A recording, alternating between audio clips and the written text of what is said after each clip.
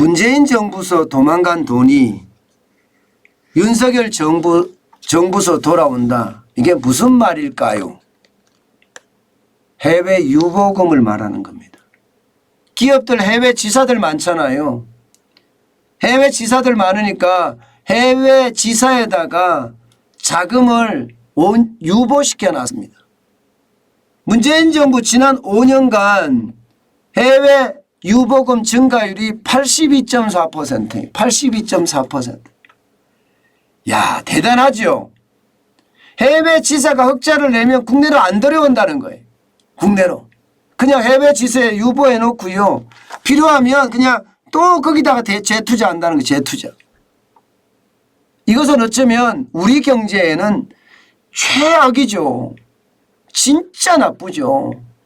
예. 그만큼 조국에 대한 자기 나라에 대한 신뢰가 없다는 이야기잖아요. 82.4%가 늘어나면 예, 진짜 신뢰가 없다는 거 믿지 못한다. 아니 대한민국에 돌아가면 내가 망할 거고 세금으로 다 뜯길 건데 왜 들어가? 이 말 아닙니까 솔직히. 이 말 아니에요. 근데 그게 사실입니다. 여러분 보세요. 2017년 예, 해외 유보 소득이 57억 1,600만 달러 우리 돈으로 7조 4,100억 원이었습니다. 그런데 2021년에는 104억 2,800만 달러 13조 5,200억이나 됩니다. 엄청나죠? 엄청납니다. 안 갖고 들어오는 거예요. 문재인 정부가 겁나서요. 세금으로 다 때릴까 봐. 차라리 해외에 놔두면 예, 더 안전하다고 생각하는 거겠죠. 저는 이런 것을 보면서 말입니다. 야, 참 우리나라가 왜 이렇게 됐나. 기업하기 좋은 나라 대한민국 아니었나요? 제조강국 대한민국이었잖아요. 그런데 제조강국이라는 말은 어디 가고 이제는요. 예, 기업하기 좋은 나라가 아니라 기업하기 싫은 나라가 됐고요. 어떤 분들은 그렇게 이야기합니다. 기업 지옥이 한국이다. 이렇게까지 이야기합니다. 그만큼 말입니다. 대한민국 입장에서는 상황이 좋지 않았다는 이야기죠. 그런데 요즘 좀 분위기가 변해요. 이렇게 해외에 유보된 자금들 말입니다. 예, 뭔가 분위기가 조금 변하는 것처럼 보입니다. 예, 왜 변하는 것처럼 보이느냐. 이게 어떻게 생각하면 말입니다. 예, 들어올지도 모르겠다 이런 생각을 하는 거거든요. 들어올지도 모르겠다. 왜냐하면요. 이거 말입니다. 이거. 법인세율을 25%를 22%로 인하해 준다는 거예요. 게다가 배당 소득세도 내지 않게 하겠다는 거예요. 이게 해외에 유보됐던 돈이 말입니다. 국내로 들어오게 되면 국내에 들어왔을 때 배당 소득세를 내야 되거든요. 이 배당 소득세를 확 깎아준다는 거죠. 예, 확 깎아준다는 거. 그만큼 투자하라는 이야기죠. 투자하라는 이야기. 예. 예. 이거는 어째 보면 말입니다. 정부가 돈을 풀지 않고 예, 기업들이 투자하게 만드는 것 굉장히 중요한 저는 요소라고 생각을 합니다. 사실 말입니다. 기업들은요. 문재인 정부서 눈치만 실실 봤어요. 왜냐고요? 이게 뭐 해외에서 벌어도 말입니다. 배당금을 다 유보시켜 놨어요. 해외에다가. 2018년도 유보시켜 놓은 금액이 많죠. 39억 16억 달러나 되고요. 2019년에 41억 4,300만 달러가 되잖아요. 예, 2020년에는 22억 7,700만 달러고요. 이게 계속 유보를 시켜놨고 당기순이익도 유보를 시켜놨었거든요. 그런데 이게 말입니다. 유보를 시킨 이유가 법인세가 25%까지 올라가니까 무서웠죠. 진짜 무서웠죠. 물론 이게 3천억 이상은 25%고 200억 이상은 22%고 2억 이상은 지금 20%고 이렇잖아요.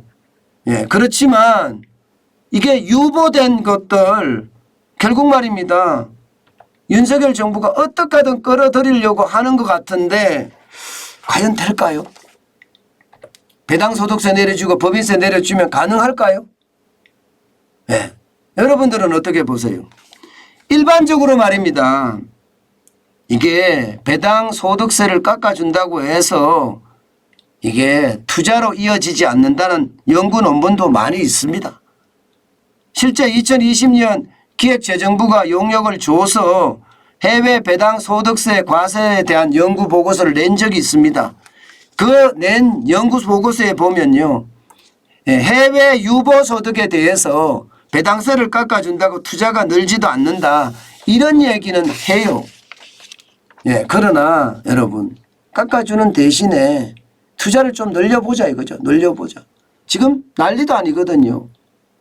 2022년 올해잖아요. 국내 투자가 2.2% 늘어나는데 그칠 가능성이 굉장히 큽니다. 이렇게 되면 안 되거든요.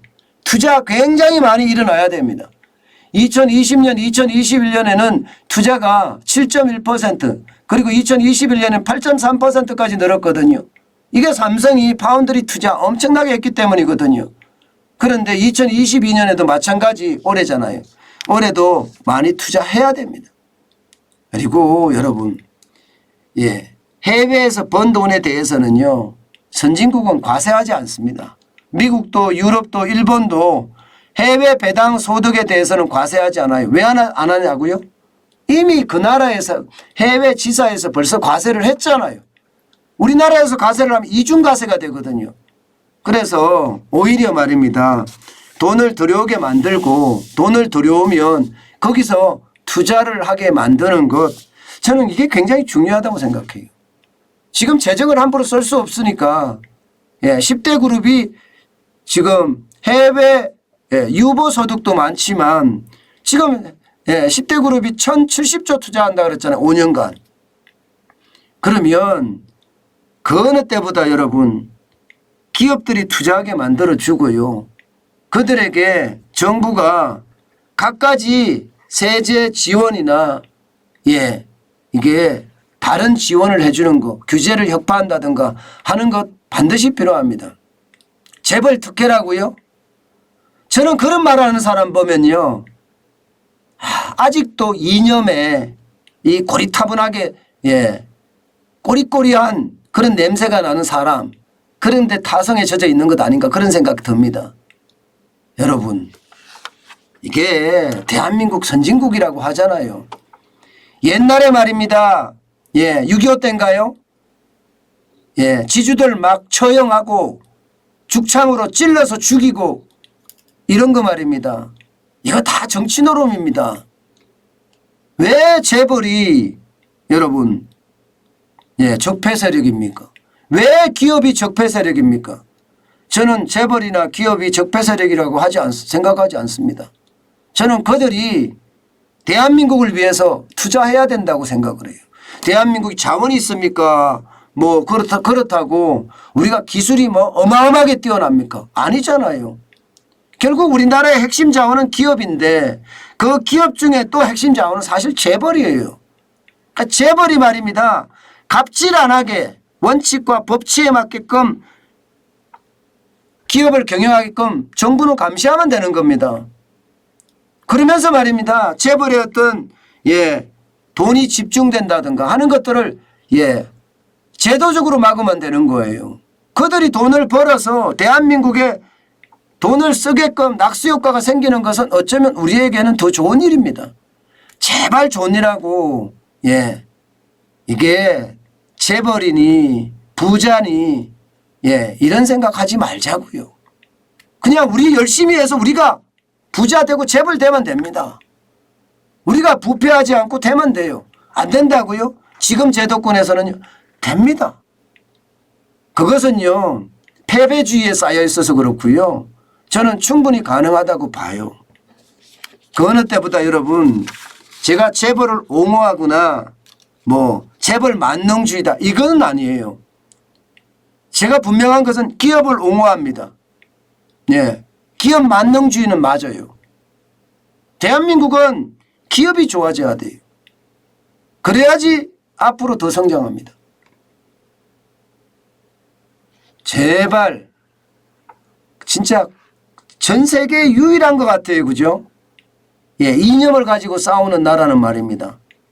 예, 공산주의니 사회주의니 하는 이념, 좌파 우파의 개념을 가지고 예, 이게 싸우는 우리같이 갈라치게 하는 나라는 아마 전 세계에 더도 없을 겁니다. 그런 걸 보면 참 답답합니다.